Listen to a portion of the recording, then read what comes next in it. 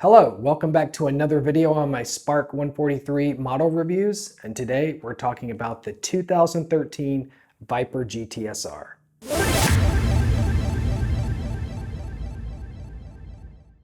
In 2013, the Dodge Viper GTS-R came back to Le Mans after a 13-year hiatus. The last time it raced at Le Mans was the year 2000, when the Orca Vipers finished first and third in class. After that, Team Orca and the Dodge Viper had won pretty much every international motorsports race, and the car retired.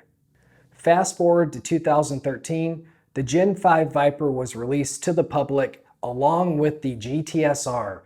Both cars were built side by side, sharing technology with each other.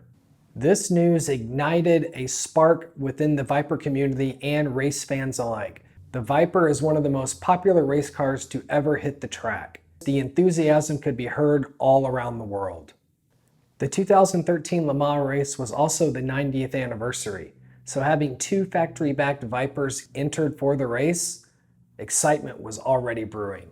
Let's talk about the 2013 number 53 Viper GTS-R. If you notice here, the packaging has a specialty look to it. It was the 90th anniversary of the race. Inside, behind the jewel case, you have the logo and a picture of the pit building. And let's unbox it. These Vipers are kind of hard to find. And I'm so amazed that I just got into collecting and I was able to find these. But check out the cool livery. Dodge has also had pretty iconic liveries going back from the white with blue stripes in '97 to the awesome red, white, and blue in '98, and then 2000, the red with white stripes.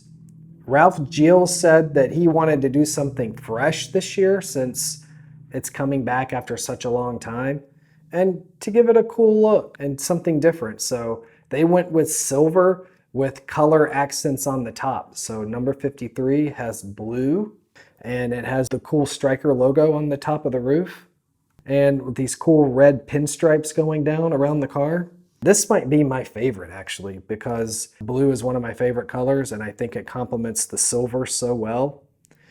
A lot of fans like the yellow, I guess just because of the contrast and it pops more, but I'm much more a fan of this number 53.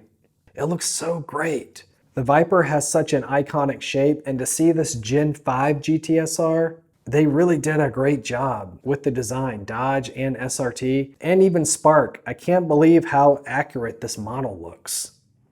All the way down from the brake calipers to the wheels, all the details on the tiny graphics, and just the color itself. When you're looking at these cars and you're holding them, man, so much emotion comes back about the race and like the cars that were entered, and it's just, this is what's so great about collecting.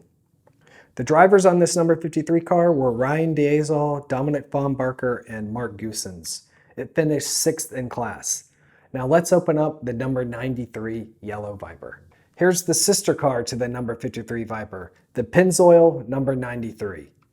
It is really popular among fans, as I said earlier. I guess it's just because of the yellow, it contrasts and pops more. I can't believe I found it online, and it's in my possession. So I have both of the 2013 Vipers that raced Le Mans, and it just looks so cool. Jonathan Bomarito, Tommy Kendall, and Kuno Whitmer drove this car, and I think it finished 7th in class. Spark did an amazing job on both of these as usual. The colors and the accuracy are incredible. Number 53 and number 93. Two numbers that are very significant in the Viper world, with number 53 being the car that won 1998 Le Mans its first year, and number 93, the car that finished 3rd overall at the Rolex 24 at Daytona. Two historical numbers, and what a great way to represent Dodge at Le Mans. We'll be doing more unboxings soon from the 2013 race, and I can't wait to do them. If you like this video, please give me a like and a thumbs up, and I'll see you in the next video.